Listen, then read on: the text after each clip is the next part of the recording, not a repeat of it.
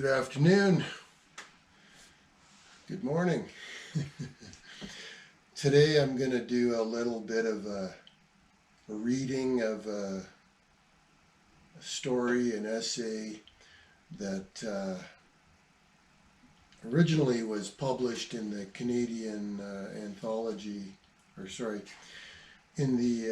published in the Canadian Alpine Journal in 1990. Subsequently, it was republished in the Canadian Anthology of Mountaineering. As well, I later published it in my book of short stories called The Rage, Reflections on Risk. In 1990-91, it actually did win the Canadian Alpine Journal Essay of the Year Writing Prize as well. So this is really meant to be, it could be listened to as a kind of a podcast, it can be looked at as a video. I'll be showing a few photos as we roll, and so we'll just give it a try here. So Jimmy and the Kid, written in late 1989. First published in the Canadian Alpine Journal.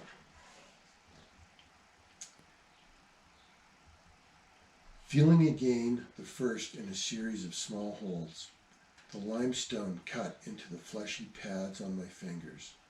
I was aware of the sun on my neck, the rack sling on my shoulder, my presence on the cliff. Too aware, but not of the rock around me, rather of my presence in another place, removed from the cliff, somehow above and away, as though I was watching myself pounding in a piton and dipping into my chalk bag, observing almost as one might observe a gladiator from the rows of stone in the Colosseum walls above, sitting quietly in the heat, watching his struggle for survival within the arena.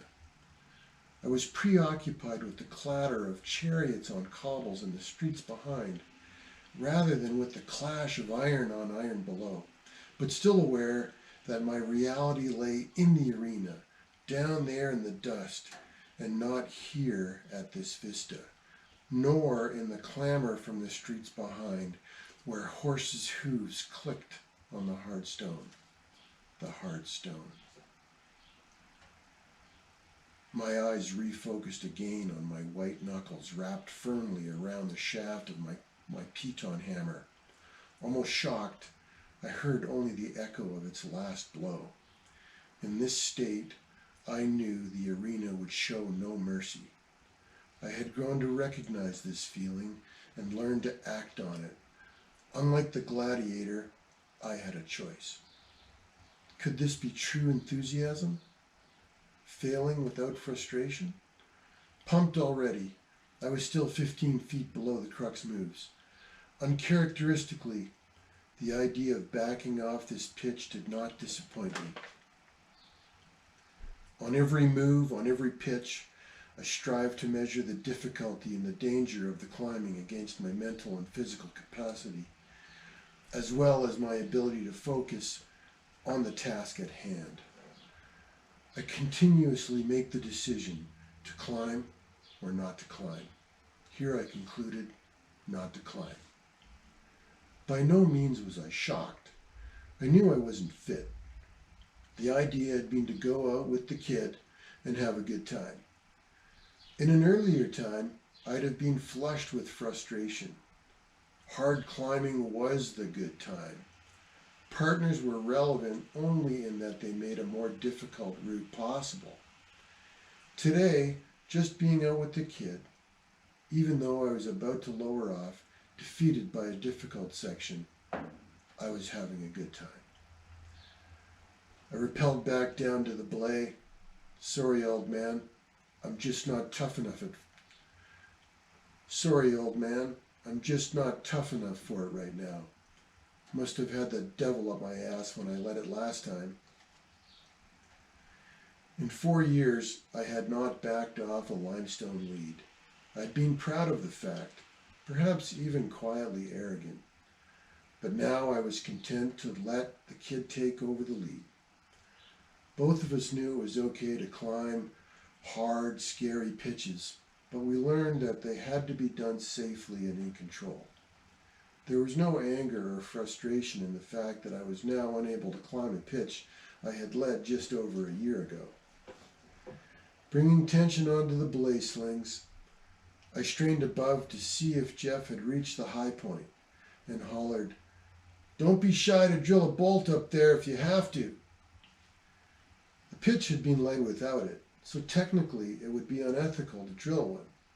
But we were here to climb and have fun, not break a femur.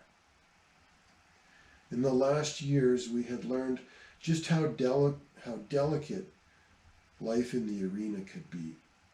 The kid did not hesitate. He put a bolt in. Rather than second the pitch, I clipped on the Jumars and lowered out of the belay in a complex system of tension, leaving a minimum of gear behind. A favorite motto of mine in my formative years had been, "I make up with enthusiasm what I lack in experience." It seemed now I made up with experience what I lacked in fitness. Enthusiasm? I believe it was still there, but in a different form than it once was. I'd had what I still consider to be my best day's climbing of my life on this cliff.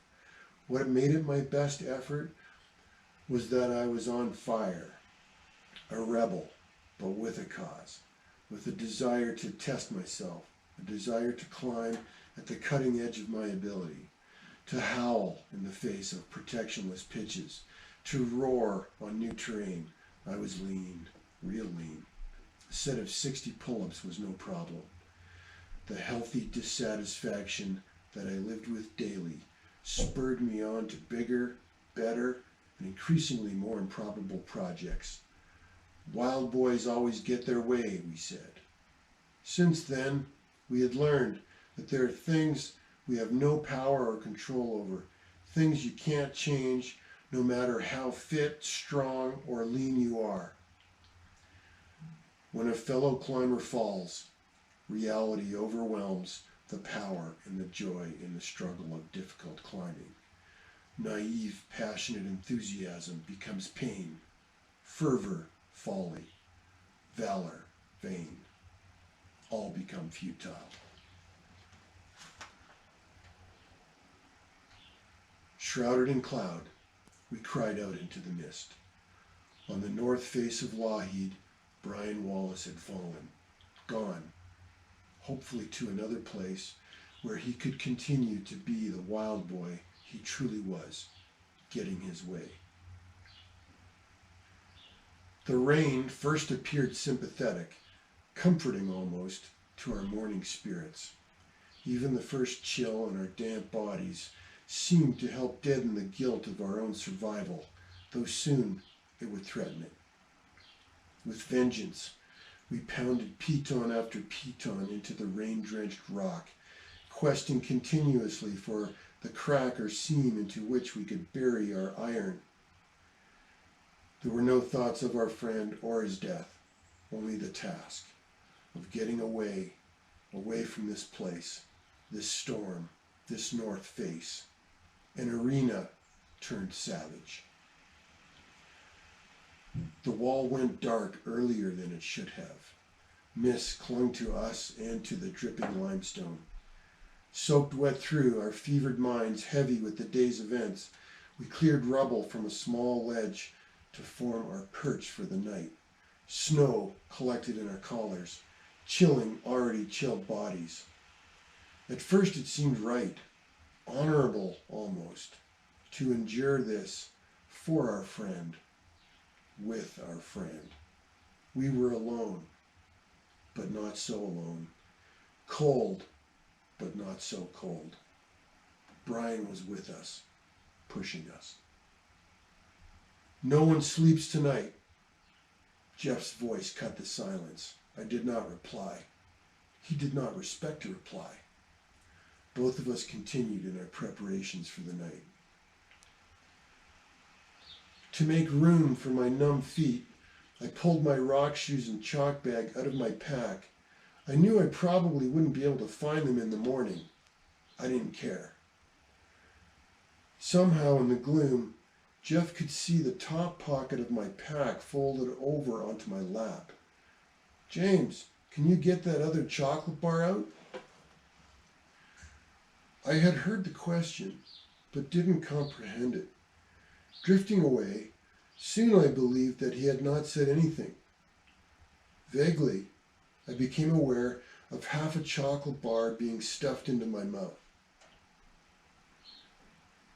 Why weren't they coming with hot chocolate or blankets, I wondered, gazing into the snow-filled blackness. There is that cliff below us, and the shell slope. They'll never get up them, in the dark, in the snow.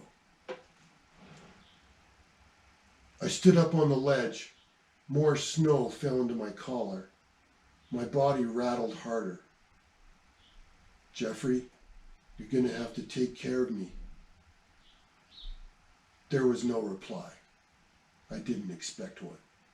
We both knew that in the next 800 feet of steep, snow-covered shale, there would be no anchors. Together, we would be alone, like gladiators at the mercy of the arena. We had no choice.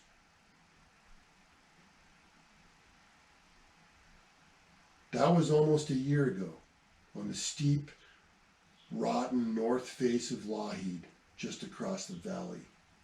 The enthusiasm we shared now was far different from that of our naive howls of 1986 and 87. Somehow, now, I felt old. On the last pitch, my limbs felt heavy and I moved slowly. Topping out, I looked left toward the summit, thinking that there I might find an answer. Wind lifted the hair under my helmet. I crouched and pounded in a belay station.